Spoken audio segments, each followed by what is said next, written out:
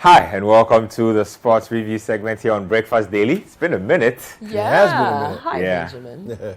I'm good. How was your weekend? It was good. Restful. Very busy. Very busy? Mine wasn't busy. Yeah. Mine was really laid back and easy. You were just chilling up. And then to top it all off on Saturday evening, wine and chocolate. Hey, this man. Oh, but I mean, Are you sure you're in the IMF Ghana? I mean, Charlie! you see, the trick is we all did the burning stew inside. Yeah? But you can choose to be willy or you can choose to be onions, whichever one you want. But you know something, I Ben? can't believe this. Wine and chocolate is a good substitute for something, which means... Oh, hello. No so what are you comments. substituting wine and chocolate for?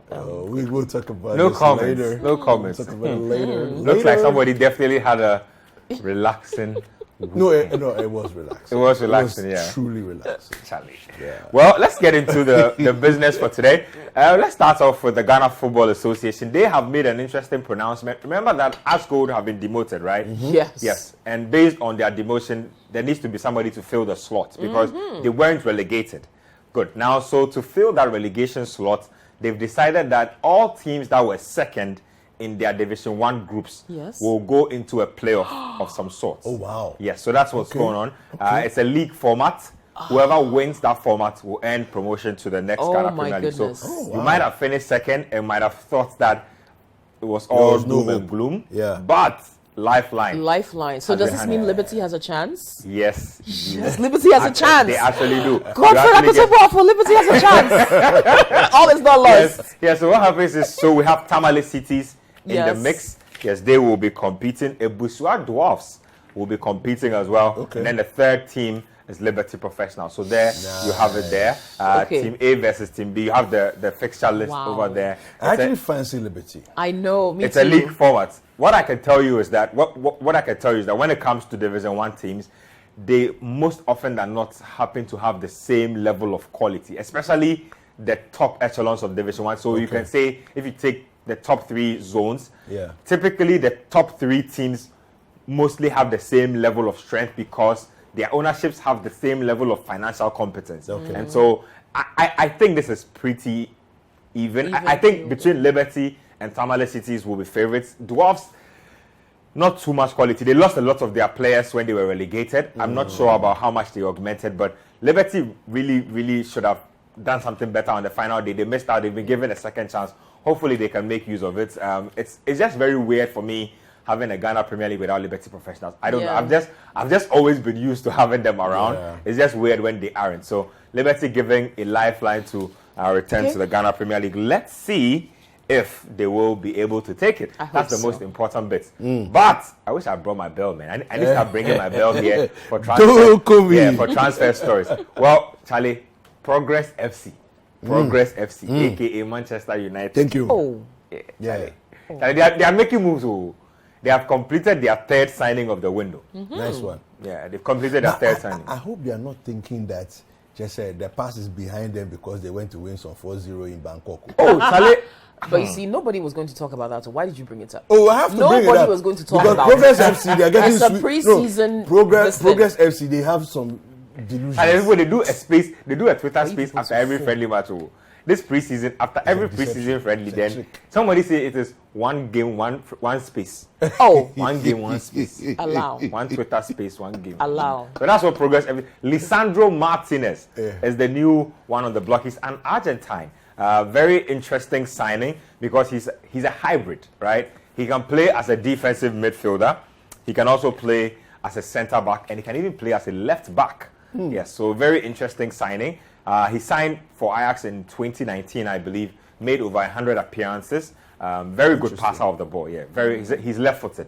Very good passer of the ball. And United were keen on particularly bringing in a left-footed centre back or a left-footed defensive midfielder. I don't know if you've noticed, but it's become a trend. Like all the people who believe they are connoisseurs of the modern game believe that now you need to have a right-footed centre back and a left-footed centre back.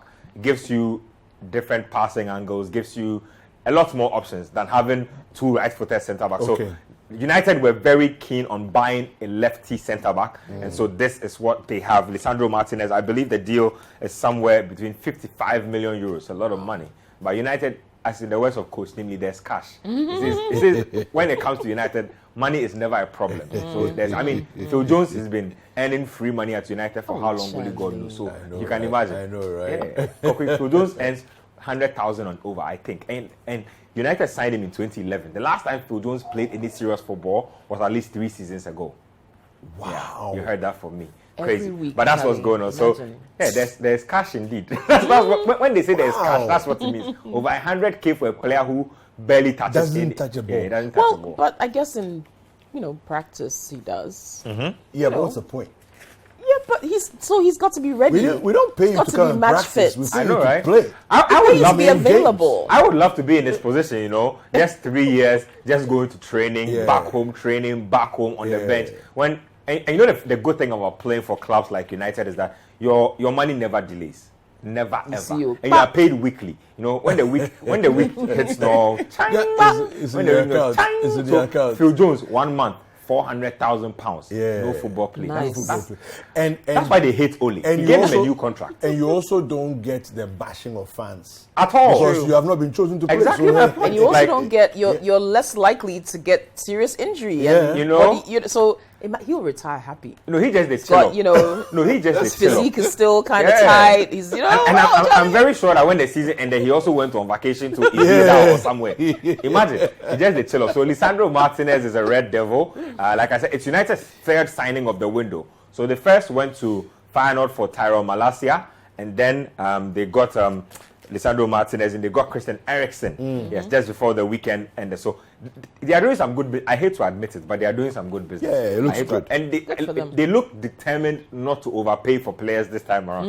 We'll see how that goes. New CEO wants to make sure law. that things are in check. Yeah. Let's talk athletics, because Yes. that's where all the real juice was this weekend. Man. Both men's 100 meters, women's 100 meters. It was absolutely exciting. Let's start off with the men's 100 meters. Fred Kerley of the United States. He was in sublime form. He led an American clean sweep. Yeah. Clean sweeps. Yeah. Gold, silver, bronze. First time it's happened since 1991. Yeah, exactly. I was just about to say I'm that. sure- yeah. I haven't Crazy. seen that in a very, very long Yeah. time. Yeah. I mean, there was a certain Usain Bolt has something to do with that, and Well, Jamaica. well, yeah.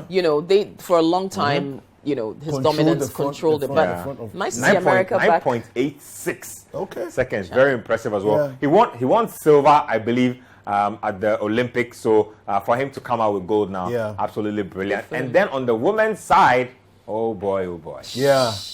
The queen Fraser-Pryce. is still reigning. Shelley. You know the crazy thing, right? What's She that? doesn't look to me like she's slowing down. She's 35. Yeah, and Shelley. She had a baby in 2019. yeah, exactly. Came back and is just doing it. First woman to actually win 5 Yes. golds It's at the World World Championships, Championships. yeah. And I honestly think she has at least 2 more or 3 more golds left in her at the championships. Because- It's interesting. because that at this speed- at this You Charlie, see, and it's not as if it was like a close photo finish. No, Yeah. there was a gap. yeah. You know, I'm But like, so the women's was a Jamaica sweep, Yes. and the men's Yes, it was was a very Jamaican sweep as well. And, Interesting. yeah, very interesting. Now, she led the sweep, like you guys said, 35, oldest person to actually win gold in the women's division at the championship. So, Fraser-Pryce, Charlie, I'm just in awe. Like, Yeah. literally No, just in awe it's of amazing. her really doing big things out Yeah. there. Hopefully, she can continue to be great. Thank Yeah. you.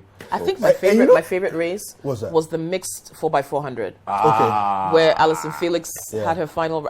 She's another one. The way that race ended up, it was amazing. With the Colombians doing their thing, it was Yep. fantastic. Yep. Fantastic So- race.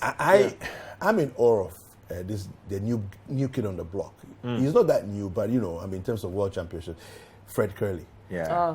He's won. He's a 400 guy. Yep. He's come down and won 100. 200, and he's come down and won 100. I mean, he's incredible. The United States athletics machine Yeah. Charlie. keeps giving. I don't know how they do it. Just like Jamaica, I think we need to go and learn something from them. Yeah. Both Jamaica and the United States. We need to go out there, pen and paper. Yeah. Learn some stuff. But you see, if we learn, will we implement? The problem is our most- implementation. That's the most important bit. Actually. because if we we are very good learners, actually. Yeah, but very implementing good. is the issue. Very. Yeah. It's true. Hopefully. Our guys will be competing in the relays in the coming week. There's 200 meters coming for Joe Paul, I believe. I think should be tomorrow. Okay. So we'll keep you updated on that. But Fantastic. Nice one. Thank you, Ben. Hi, thanks, Benjamin. Well, we're going to take a quick break. We'll be right back. Don't go anywhere.